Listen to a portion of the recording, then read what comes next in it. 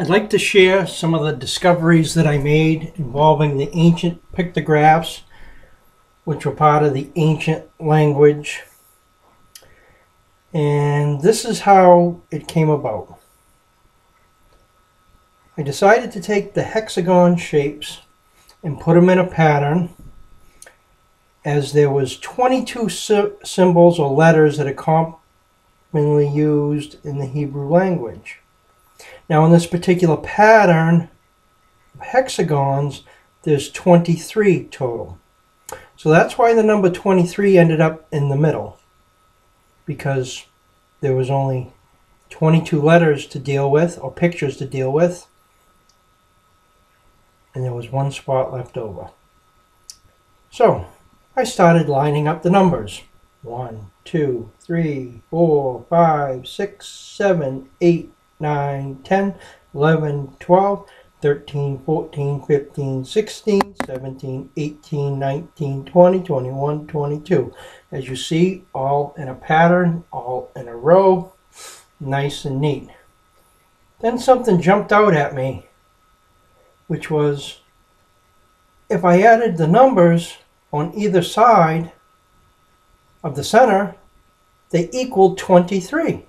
14 and 9 is 23. 8 and 15 is 23. 5 and 18 is 23. And if I expand out to the next circle, the same thing occurs. 21 and 2 is 23. 3 and 20 is 23. 11 and 12 is 23. 4 and 19 is 23. 6 and 17 is 23. And the pattern emerges. And even out to the next level, 13 and 10 is 23, 16 and 7 is 23. So I thought, hey, this is pretty cool. This is interesting. There's a numeral pattern here. So I kind of thought, well, how can I apply the ancient pictographs into here and see if there's anything logical that comes out of it? So the first thing that grasped my mind was, well, we have 12 hexagons on this outer circle here. Now, in studying the ancient pictographs and how to write them, I discovered that there was 7 pictographs with a common base and 6 other pictographs with a common base, that I could line them up and alternate them with a total of 13. Now, if I was to use that grouping, I would have to eliminate 1. So what I naturally did was I eliminated the middle one that was in the series. Now, if we go over here, here are the pictographs lined up. And this would start with the first one with the base pattern of 2 dots down, 2 dots over, 2 dots up, or dashes. This one is 4 dashes across. This is 2 down, 2 over, 2 up, 4 across. 2 down, 2 over, 2 up, 4 across. 2 down, 2 over, 2 up, 4 across. 2 down, 2 over, 2 up, 4 across. 2 down, 2 over, 2 up, 4 across. 2 down, 2 over, 2 up. And there's 13 pictures in this series. 7 of them with the 2 down, 2 over, 2 up. And this series, alternating, falls in correspondence with the letters as they are assembled today for the Hebrew language. So it's a pattern, and that's what I'm trying to show you, is that I pulled a pattern out of an existing pattern. So what I did was to assemble these on this pattern over here. Like I said, I took the middle one out, and then I had to decide, well, where do I start? Which one do I place first, and where do I place it? And what came to mind was those that are first will be last, and those that are last will be first. And this symbol right here, which today is called the Ta, or the Tau, I decided to make that first because that's the last symbol. It represents the last symbol. So I'm going to put that over onto the pattern.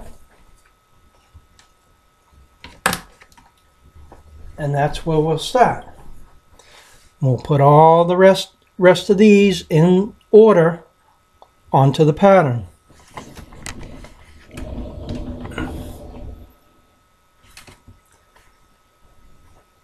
So here we go.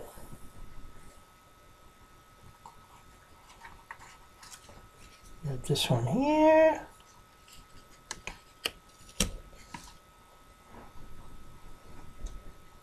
And we have, let's see now.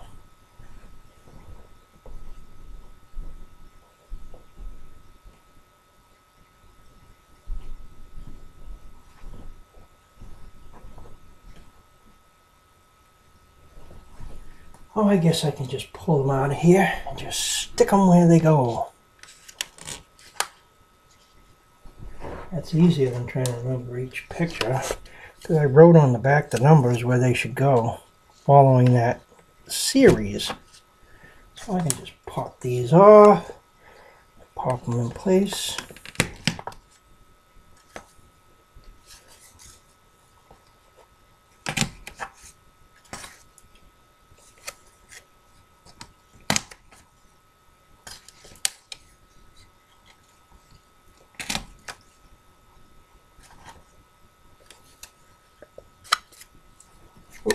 One in the wrong place.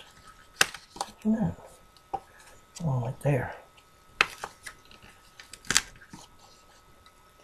That one goes there. And this one goes here. And this one goes here. And this one goes here. And that puts those in place. So the next question that came is, okay, we got those 12 in place. It follows a pattern. It follows a series. Now what do I do? Well, with these symbols left over here, I apologize for the way that I'm handling this camera here, because this is just my computer. I'm kind of doing this upside down here.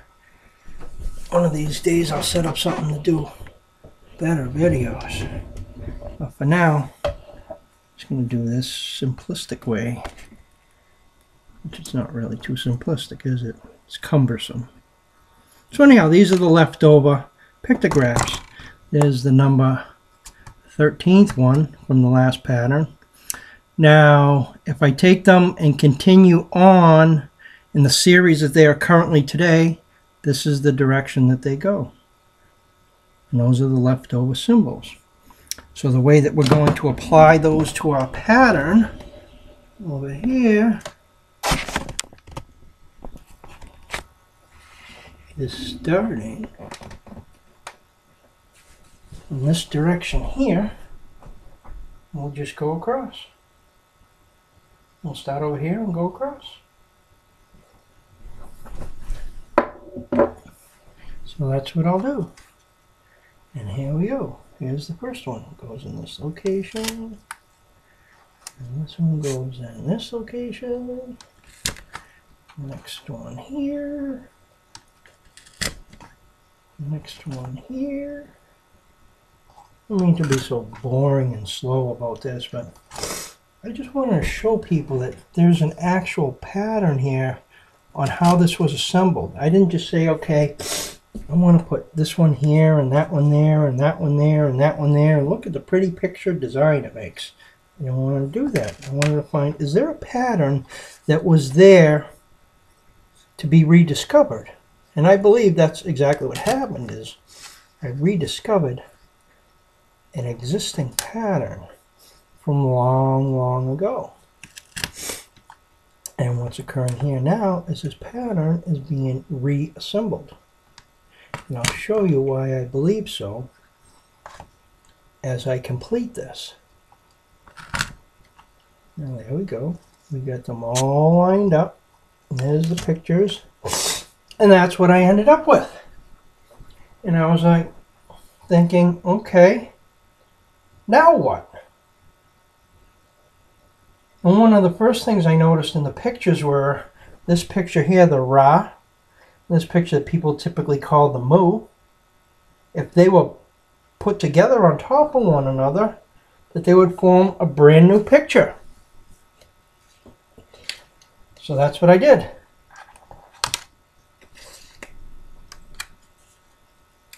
This is the picture that comes out of it.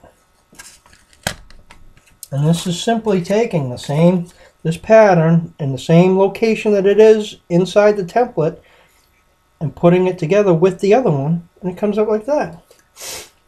And I thought, hey, that's pretty cool. We discovered ourselves a ram here, because we got the Ra and the Ma.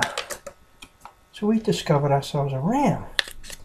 And in some of my later readings, I had discovered that there was some literature about a place called the Land of Mu. And in the Land of Mu, the king's name was Ramu. I was like, hey, now that's pretty cool. Now, if there's anything to these writings about the Land of Mu, which is claimed to have been a place similar to Atlantis that was buried by water, maybe that's what these pictures are from. Maybe these pictures that after the combined, because every time each one's added together, they form and make a 23. And 23 is a pretty significant number. It's a 2 and a 3, which means mating, to mate male and female together, and the product thereof. So that's what I'm doing in this pattern. I'm mating the two together and coming up with a product. So let's do some more of them. What else do we got here? We got that. We got so right here.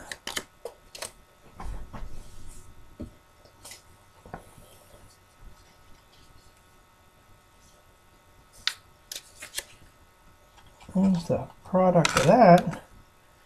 There's the one on the opposing side.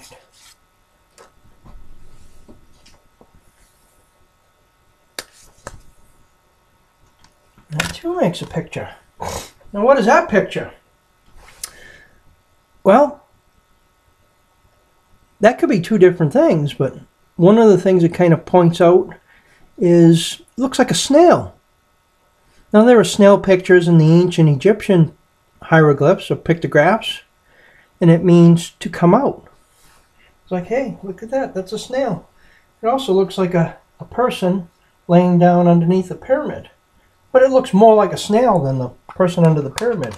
And by the way, those two sounds combined together make up what is called Zion, which is Tasanu. But the way that people pronounce it, they pronounce it more like a Z.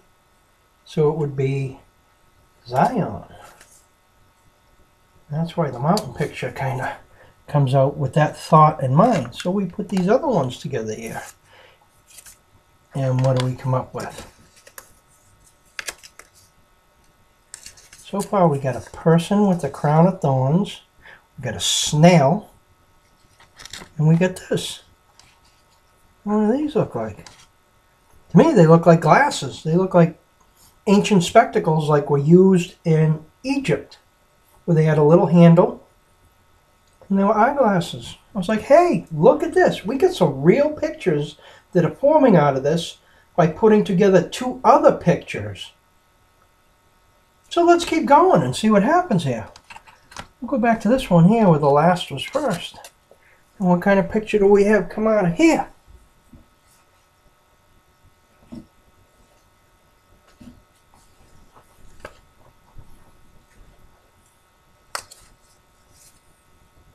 And that was the ta and the da mixed together. And ta-da. There we go. There's another picture. Pretty sure you don't need me to tell you what that looks like. But I'm going to anyhow.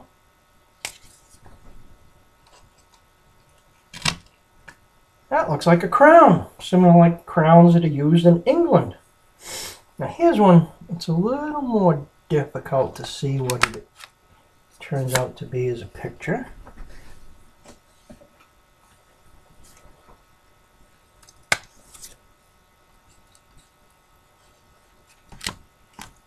Now to me that looked like a table. Okay, that's pretty cool. So we got a person with a crown of thorns, a pair of glasses, table, a crown. But what else? What else can that table symbolically represent? Well, my thoughts were this table symbolically represented the heart, as the heart is behind these ribs. See ribs? And that picture behind it, which is a basket or a city, but I say in this, it represents a heart. Because that's where a person's heart is. Anyhow, it's in their basket or in their city. So where do we go from there? We'll go over this one here.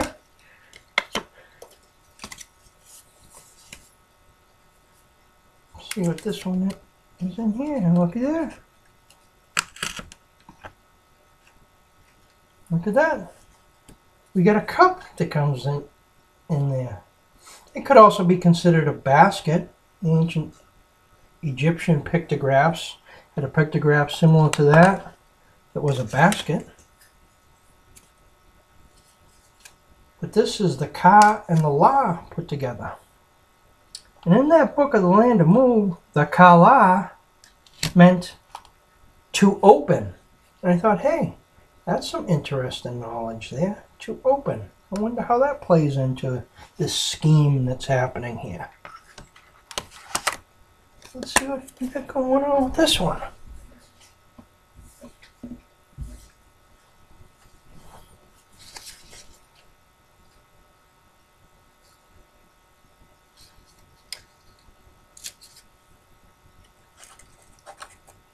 This one may be a little more difficult for people to comprehend what that is first off.